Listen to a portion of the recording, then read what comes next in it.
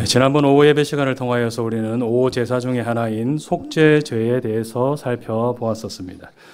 이 속죄제는 무엇을 상징하는 제사라고 말씀드렸습니까? 회개를 상징하는 제사다라고 말씀을 드렸었죠. 레위기 4장을 보면 누구든지 여호와의 계명 중 하나라도 그릇 범하였으면 속죄제를 드려야 한다라고 말씀하고 있는 것을 볼 수 있습니다. 죄를 범하였으면 어떻게 해야 되느냐? 속죄제를 드려야 한다라는 것입니다. 죄를 짓고 나서 그냥 가만히 있으면 결코 안 된다는 것이죠. 반드시 속죄제를 드림으로써 회개하는 일을 해야 되는 것입니다. 그러면 하나님께서 어떻게 하여 주시느냐? 레위기 4장을 보면 속죄한즉 그들이 사함을 받으리라 라고 분명하게 말씀하고 있습니다. 회개하면 하나님께서 어떻게 하여 주신다는 것입니까? 용서하여 주신다라는 것입니다. 우리들이 우리의 죄를 대신하여 죽으신 예수님을 의지하여서 회개하며 나아갈 때에 하나님께서 우리의 죄를 반드시 용서하여 주신다라는 것이죠. 하나님께서 나를 보고 용서하여 주시는 것이 아닌 것입니다. 바로 우리 예수님을 보시고 우리의 죄를 용서하여 주시는 것이죠.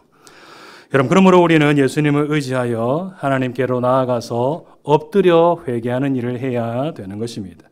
날마다 우리 주님의 보혈을 붙잡고 은혜의 보좌 앞으로 담대히 나아가서 회개하는 일을 해야 되는 것이죠. 우리 예수님을 의지하며 회개하며 나아갈 때에 하나님께서 반드시 나의 죄를 용서하여 주신다라는 이 사제의 확신을 가지고 우리가 하나님께로 나아가서 날마다 회개하는 삶을 살아가야 되는 것입니다. 여러분, 이렇게 지난번에 들었던 속죄제에 대해서 간단하게 정리해 보았고, 오늘은 오후 제사 중 이제 마지막 제사인 속건제에 대해서 살펴보도록 하겠습니다. 이 속건제는 무엇을 상징하는 제사이냐? 회개를 상징하는 제사입니다. 여러분들 앞에서 회개를 상징하는 제사가 뭐라고 말씀드렸습니까? 속죄제라고 그렇게 말씀을 드렸었죠. 여러분들 이 속건제도 회개를 상징하는 제사입니다. 속죄제도 회개를 상징하는 제사이고 속건제도 회개를 상징하는 제사이고 두 제사는 모두 회개를 상징하는 제사입니다. 여러분들 둘의 차이점이 있으니까 어떻습니까? 두 개로 나뉘어 있는 것이겠죠. 두 제사에 아무런 차이점이 없다면 둘로 나누어 놓을 필요가 없는 것입니다. 둘 다 회개를 상징하는 제사다라는 것에 있어서는 똑같지만은 두 제사에 분명한 차이점이 있으니까 이렇게 나누어 놓은 것이죠. 자, 그러면 속죄제와 속건제 어떤 차이가 있느냐? 속죄제는 그거 한번 띄워주십시오. 같이 읽겠습니다. 시작. 속죄제는 일반적인 죄에 대해서 회개하는 제사이고 속건제는 물질적인 피해를 입힌 죄에 대해서 회개하는 제사이다. 이렇게 차이가 있습니다. 예를 들어서 내가 하나님의 말씀에 불순종하는 죄를 저질렀습니다. 그리고 어느 날 내가 이런 죄를 지었구나 하는 것을 하나님 앞에서 깨닫게 되었습니다. 자, 이렇게 자기가 지은 죄를 깨닫게 되었을 때 어떤 제사를 드리면 됩니까? 속죄제를 드리면 됩니다.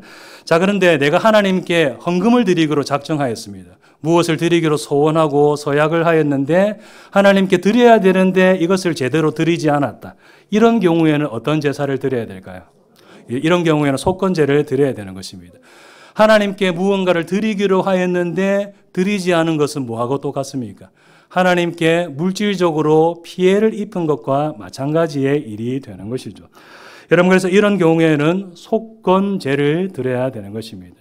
일반적인 죄에 대해서는 속죄제를 드리고 물질적인 손해를 입힌 죄에 대해서는 속건제를 드리고 이렇게 하는 것이죠.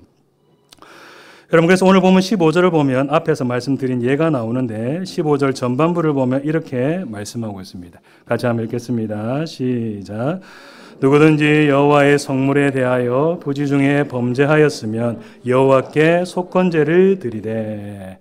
성물에 대하여라고 말씀하고 있는데 표준 세번역 성경을 보면 더 쉽게 이렇게 풀어놓은 것을 볼 수 있습니다. 누구든지 주에게 거룩한 제물을 바치는데 어느 하나라도 성실하지 못하여 하나님께 무언가를 바치기로 하였는데 제물을 바치기로 하였는데 그 일에 성실하지 못하였을 때는 속건제를 드려야 한다라고 말씀하고 있습니다. 우리식으로 쉽게 표현하자면 하나님께 헌금을 드리기로 하였는데 그것을 제대로 드리지 못하였을 때에 속건제를 드려야 한다라는 것입니다. 하나님께 드리기로 약속했는데 드리지 않은 것은 하나님께 물질적인 피해를 입힌 것과 똑같기 때문에 속건제를 드려야 하는 것이죠. 이 속건제는 물질적인 피해를 입은 죄에 대해서 회개하는 제사다라는 것을 알 수 있는 것입니다. 여러분, 이것은 사람에 대해서도 마찬가지입니다. 레위기 6장 2절에서 3절 말씀을 보면 이렇게 말씀하고 있습니다. 함께 읽겠습니다. 시작. 누구든지 여호와께 신실하지 못하여 범죄하되 곧 이웃이 맡긴 물건이나 전당물을 속이거나 도둑질하거나 착취하고도 사실을 부인하거나 남의 잃은 물건을 줍고도 사실을 부인하여 거짓 맹세하는 등 사람이 이 모든 일 중에 하나라도 행하여 범죄하면, 다른 사람에게 물질적인 피해를 입힌 여러 가지 예들이 나오는 것을 볼 수 있죠. 이웃이 물건을 맡겼는데 그것을 떼먹었다든지 도둑질을 하였다든지 다른 사람을 착취하고 제대로 된 임금을 주지 않았다든지 또 물건을 주었는데 자기 것으로 쓱싹하였다든지 이렇게 다른 사람에게 물질적인 피해를 입힌 죄들에 대해서 나오는데 이런 죄들에 대해서는 속건제를 드려야 한다라고 말씀하고 있습니다. 속건제는 하나님께나 다른 사람에게 물질적인 손해를 입혔을 때에 회개하는 제사다라는 것을 알 수 있는 것이죠. 여러분, 그리고 조금 있다가 이제 자세하게 살펴보게 되겠지만은 그 회개하는 방식은 무엇이냐?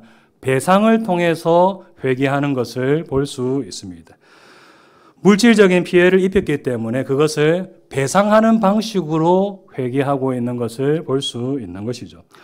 여러분, 그래서 이 속건제를 다른 말로 번역하면 어떻게 번역할 수 있는가 하면 배상제라고 그렇게 번역을 하기도 합니다. 이 배상이 이 속건제의 핵심이기 때문에 배상제사, 배상하는 제사다라고 그렇게 붙이는 것을 볼 수 있습니다. 여러분, 그래서 오늘 설교 제목이 무엇인 것을 볼 수 있습니까? 배상의 제사, 속건제라고 이렇게 되어 있는 것을 볼 수 있죠. 이 속건제는 회개를 상징하는 제사이되 물질적인 피해에 대해서 배상하는 것이 핵심인 그런 제사다라는 것을 알 수 있는 것입니다. 여러분, 이것은 히브리어를 통해서도 알 수가 있는데 이 속건제는 히브리어로 무엇이라고 하느냐? 아샴이라고 합니다. 아샴. 이 오제사를 하면서 히브리어 한 번씩 이렇게 언급을 하죠. 이렇게 하면 좀 있어 보이고 이렇기 때문에 한 번씩 이렇게 언급을 하는데 아샴이 바로 속건제입니다. 이 아샴은 무슨 뜻을 가지고 있느냐? 죄에 대해서 책임을 지고 배상을 한다라는 그런 뜻을 가지고 있습니다. 그러니까 그 이름부터 어떻습니까? 배상이라는 그런 의미를 가지고 있는 것을 볼 수 있습니다. 자, 그러면 속건제가 대략 어떤 제사인지 알아보았으니 이제 이 속건제가 우리에게 가르쳐주는 교훈이 무엇인지 한번 살펴보도록 하겠습니다. 첫 번째로 이 속건제가 주는 교훈은 말로만 하는 회개는 참된 회개가 아니다라는 것입니다. 1번 같이 한번 읽겠습니다. 시작. 말로만 하는 회개는 참된 회개가 아닙니다. 예. 여러분, 예를 들어서 내가 어떤 사람에게 1,000만 원을 빌렸습니다. 그런데 그것을 갚지 않고 떼먹었습니다. 여러분, 근데 어느 날 내가 1,000만 원을 빌리고도 갚지 않은 그런 죄를 저질렀다는 것을 깨닫게 되었습니다. 그래서 하나님께 회개를 하는데 하나님, 제가 누구누구에게 1,000만 원을 빌리고는 갚지 않고 떼먹었습니다. 하나님, 저를 불쌍하게 여겨주시고 이 죄를 용서하여 주세요라고 말로만 이렇게 회개하였다면 여러분, 이 회개가 참된 회개가 될 수 있겠습니까? 참된 회개가 될 수 없는 것이죠. 돈을 떼먹었으면 어떻게 하는 것이 참된 회개라고 할 수 있겠습니까? 그것을 갚아주는 일을 해야지 참된 회개라고 할 수 있는 것입니다. 여러분, 오늘 보면 16절을 보면 이렇게 말씀하고 있습니다. 16절 말씀 함께 읽겠습니다. 시작. 성물에 대한 잘못을 보상하되 5분의 1을 더하여 제사장에게 줄 것이요 제사장은 그 속건제의 수량으로 그를 위하여 속죄한즉 그가 사함을 받으리라. 아멘. 여러분, 여기서 주목해서 보아야 될 것은 배상 따로 회개 따로라는 것입니다. 배상은 배상대로 따로 하고 순양을 드림으로 또 회개는 회개대로 어떻게 합니까? 하나님께 따로 하는 것입니다. 사람에게 따로 배상하고 또 하나님께는 따로 회개하고, 그러니까 하나님께 회개했다고 해서 돈 빌리고 갚지 않은 것, 그것을 속된 말로 퉁칠 수 있다는 말입니까? 없다는 말입니까? 퉁칠 수 없다라는 그런 말인 것이죠. 말로만 회개했다고 해서 그것을 용서받을 수 있느냐, 그 죄를 용서받을 수 있느냐, 그렇게 할 수가 없다는 것입니다. 하나님께나 사람에게나 물질적인 피해를 입혔다면 반드시 그것에 대해서 배상을 하고 난 뒤에 하나님께 회개를 해야지 참된 회개가 될 수 있다는 것을 이 속건제를 통하여 알 수 있는 것이죠. 여러분, 두 번째로 이 속건제가 주는 교훈은 피해 금액에 대해서 배상할 때에 원금만 갚아서는 안 된다는 것입니다. 2번 같이 한번 읽겠습니다. 시작. 피해 금액을 배상할 때 원금만 갚아서는 안 됩니다. 여러분, 오늘 보면 16절 말씀도 그러하고 6장 5절 말씀도 그러하고 보면 배상할 때에 어떻게 배상해야 된다고 말씀하고 있는 것을 볼 수 있습니까? 본래 물건의 5분의 1을 더하여 돌려줘라라고 그렇게 말씀하고 있습니다. 하나님께나 다른 사람에게 물질적인 손해를 입혔다면 그냥 원금만 갚아서는 결코 안 된다는 것입니다. 반드시 5분의 1을 더해서 갚는 일을 해야 된다라는 것이죠. 여러분, 그러면 하나님께서 왜 5분의 1을 더해서 갚아야 된다라고 그렇게 말씀하신 것일까요? 쉽게 말하면 위자료적으로 그렇게 줘라라는 그런 말씀인 것입니다. 내가 피해를 입힌 사람에 대해서 최소한의 보상을 해야 된다라는 그런 말씀인 것이죠. 여러분, 예를 들어서 내가 1,000만 원을 빌렸습니다. 계속 이 1,000만 원 얘가 나오는데 1,000만 원을 빌렸는데 그것을 갚지 않았습니다. 몇 년 동안 계속해서 떼먹고 갚지 않은 것이죠. 여러분, 그러면 내가 그렇게 돈을 떼먹은 것 때문에 나에게 피해를 입은 사람이 몇 년 동안 어떤 세월을 보내었을 것 같습니까? 굉장히 마음이 힘들고 괴롭고 화가 나고 그런 세월을 수년 동안 보내었을 것이 틀림없는 것입니다. 돈 떼먹고 돈을 떼있는데 마음이 편안하게 그렇게 있을 수 있는 사람은 아무도 없는 것입니다. 밤에 잠도 안 오고 그 일을 생각할 때마다 분노가 치밀어 오르고 그렇게 고통스러운, 정신적으로 굉장히 고통을 당하면서 그 세월을 보내었을 것이 틀림없는 것이죠. 그러면 또 어떤 경우에는 마음만 괴로운 것이 아니라 실제적으로도 경제적으로 곤란함을 겪을 수도 있습니다. 예를 들어서 갯돈 받아가지고 나중에 자녀 대학 등록금 하려고 갯돈을 계속 붓고 있었는데 개주가 어느 날 날라버렸다. 여러분, 옛날에 그런 일들 종종 있었지 않습니까? 갯돈을 들어가지고 가정사에 굉장히 중요한 일에 쓰려고 뭐 이사를 한다든지 뭐 집을 산다든지 아니면 자녀가 대학 들어갈 때 등록금을 한다든지 그런 일을 위해서 갯돈을 차곡차곡 모아놨는데 어느 날 개주가 돈을 들고 날라버렸다. 이런 일들이 옛날에 많이 있었는데 이런 일을 당했을 때 어떻습니까? 마음만 괴로운 것이 아니라 실제적으로 피해를 당하게 됩니다. 자녀가 그 돈이 없어가지고 대학에 못 들어가게 된다든지 그래서 자녀의 인생이 꼬이게 된다든지 뭐 그런 일이 얼마든지 일어날 수 있는 것입니다. 여러분, 이렇게 돈을 떼인 것 때문에 큰 고통을 당하게 되었는데 여러분, 피해를 입힌 금액의 원금만 갚는다라고 한다면 여러분, 이게 말이 되겠습니까? 절대로 말이 될 수가 없는 것입니다. 자기가 얼마나 큰 고통과 피해를 입혔는데 내가 1,000만 원의 피해를 주었으니 나는 원금만 갚겠다. 1,000만 원만 갚겠다. 이것은 절대 하나님께서 기뻐 받으시는 참된 회개가 될 수 없는 것입니다.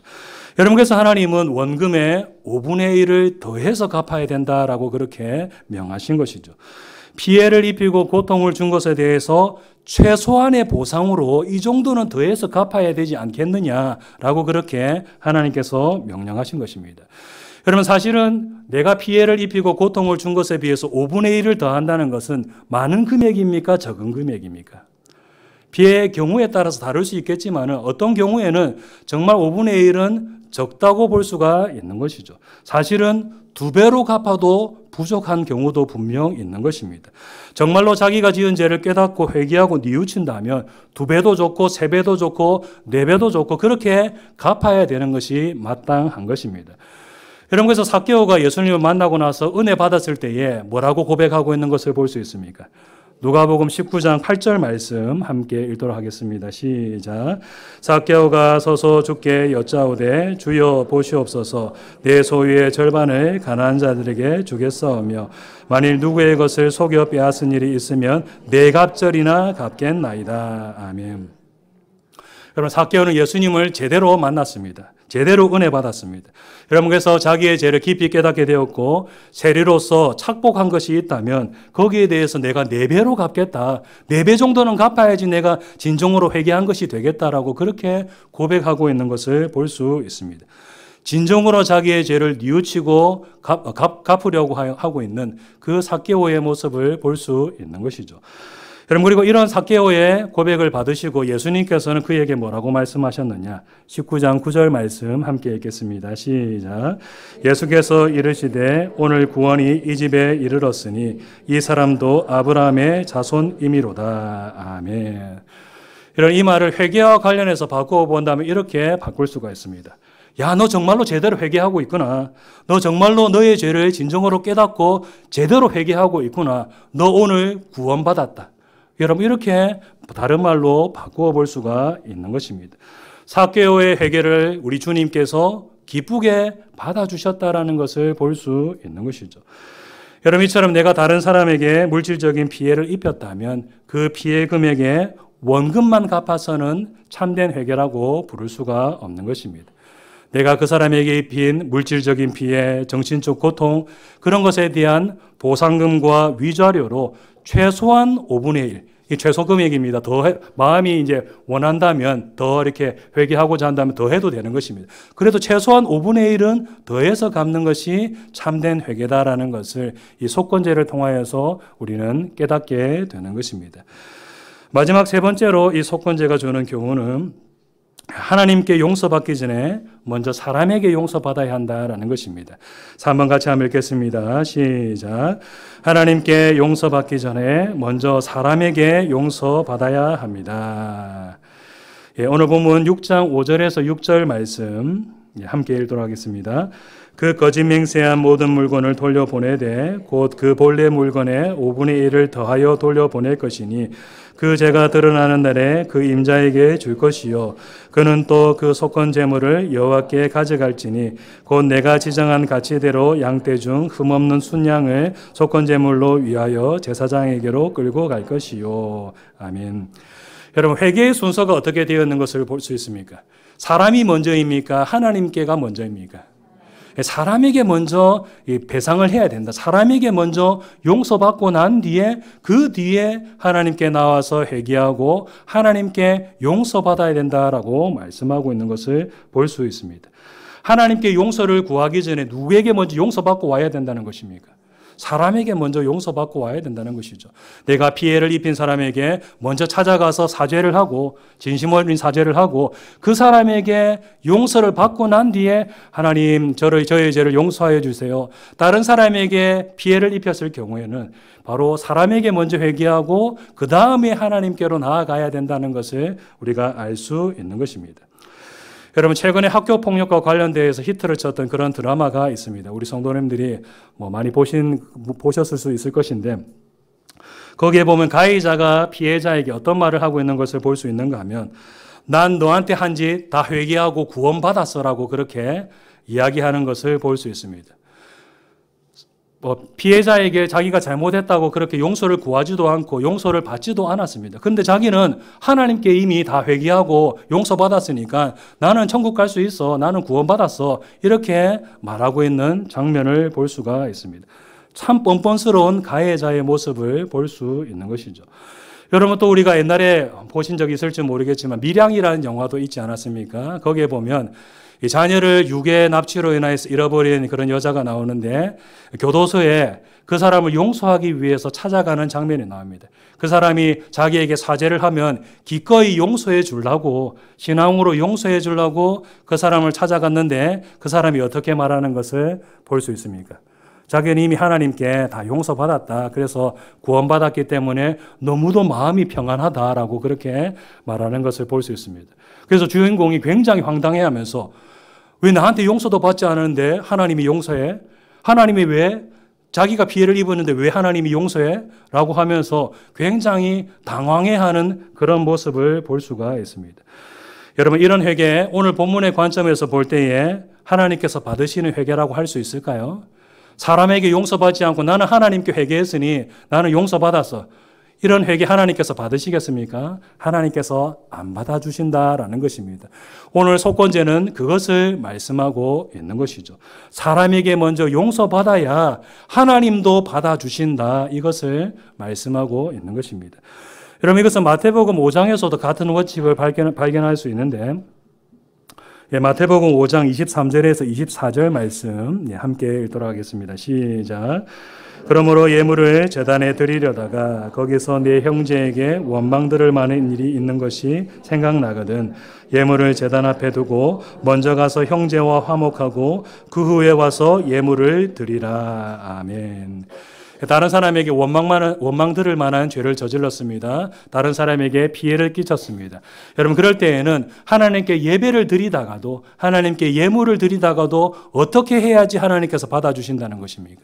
찾아가서 용서를 구하고 화해하고 난 뒤에 하나님께로 나아가야지 그 예물 받아주시고 그 예배 받아주신다라는 것입니다. 예배든지 회개든지 하나님께서 먼저 무엇을 하기를 원하신다는 것입니까? 사람에게 찾아가서 용서를 구하고 용서받고 하나님께로 나아오기를 원하신다는 것을 이것을 통하여서 알 수가 있는 것이죠. 내가 다른 사람에게 잘못을 저질렀을 때에 그 사람에게 용서받는 일이 더 먼저고 더 중요하다. 하나님께서 그것을 더 중요하게 여기신다는 것을 우리가 알 수 있는 것입니다. 그러므로 우리는 내가 잘못한 사람이 있을 때에 먼저 그 사람에게 찾아가서 용서를 구하는 일을 해야 됩니다. 나는 하나님께 다 회개하고 용서받았어. 이렇게 할 것이 아니라 사람에게 찾아가서 진정 어린 사과를 하고 그 사람에게 먼저 용서받고 난 뒤에 하나님께 회개하는 일을 해야 되는 것입니다. 여러분, 그럴 때 그 회개는 하나님께서 기뻐 받으시는 회개가 될 수 있는 것이죠. 자, 그러면 반대로 이제 피해자의 입장에서 한번 생각해 보도록 하겠습니다. 나에게 잘못한 사람이 나에게 찾아와서 나에게 용서를 구한다. 여러분, 그럴 때는 또 우리가 어떻게 해야 되겠습니까? 기꺼이 그 사람을 용서해 주는 일을 해야 되는 것입니다. 같이 한번 읽도록 하겠습니다. 시작. 잘못한 것이 있는 사람이 용서를 구할 때 용서하는 일을 해야 한다. 나에게 잘못을 한 사람이 나에게 찾아와서 용서를 구할 때 어떻게 해야 되느냐? 우리가 기꺼이 용서해 주는 일을 해야 되는 것입니다. 나는 용서 안 해줄 기다. 네가 하나님께 복받지 못하도록, 네가 용서받지 못하도록 나는 용서 안 해줄란다. 여러분, 이렇게 해서는 안 되는 것입니다. 그 사람이 나에게 찾아와서 진정 어린 사과를 할 때에 용서해 주는 일을 해야 되는 것이죠. 여러분, 우리 주님께서는 어떻게 말씀하셨는가 하면 마태복음 6장 12절을 보면 이렇게 말씀하고 계십니다. 같이 한번 읽겠습니다. 우리가 우리에게 죄 지은 자를 사하여 준 것 같이 우리 죄를 사하여 주시옵고. 아멘. 내가 다른 사람의 죄를 용서하여 준 것처럼 하나님 나의 죄도 용서하여 주세요. 이렇게 기도하라라고 예수님께서 가르치고 계십니다. 우리가 다른 사람의 죄를 기쁘게 용서해 줄 때 하나님께서도 우리의 죄를 어떻게 하여 주신다? 우리의 죄를 용서하여 주신다라는 것을 이 말씀을 통하여서 알 수 있는 것입니다. 여러분, 그러므로 우리는 나에게 잘못한 것이 있는 사람이 나에게 와서 사과를 할 때에 기쁘게 용서해 주는 일을 해야 됩니다. 나도 하나님 앞에서 뭐가 필요한 죄인이다? 용서가 필요한 죄인이다라는 것을 바로 알고 나에게 찾아와서 용서를 구할 때에 기쁘게 용서해 주는 일을 해야 되는 것입니다. 비록 그 일이 쉬운 일은 아니지만은 너무도 어려운 일이지만은 내가 용서하고 그를 불쌍히 여길 때에 우리가 헤아리는 그 헤아림으로 하나님께서 우리를 헤아려 주신다라는 것을 바로 알고 그를 불쌍히 여기고 용서하는 삶을 우리들이 살아가야 되는 것입니다. 여러분, 이제 말씀하도록 하겠습니다. 말로만 하는 회개는 참된 회개가 될 수 없습니다. 하나님께나 다른 사람에게 물질적인 피해를 입혔다면 반드시 원금의 위자료를 더해서 배상하는 일을 해야 합니다. 여러분, 그리고 내가 잘못한 사람에게 용서를 구하지 않고 하나님께 용서받았다라고 그런 말을 해서는 결코 안 됩니다. 내가 잘못한 사람에게 먼저 찾아가서 용서를 구하고 그 다음에 하나님께 회개할 때에 그 회개는 하나님께서 기뻐 받으시는 참된 회개가 될 수 있는 것입니다. 우리 성도님들이 이것을 기억하시고 하나님께서 기뻐 받으시는 회개의 삶을 살기 위해 더욱더 힘쓰는 우리 모든 성도님들 다 되시기를 주님의 이름으로 축복합니다.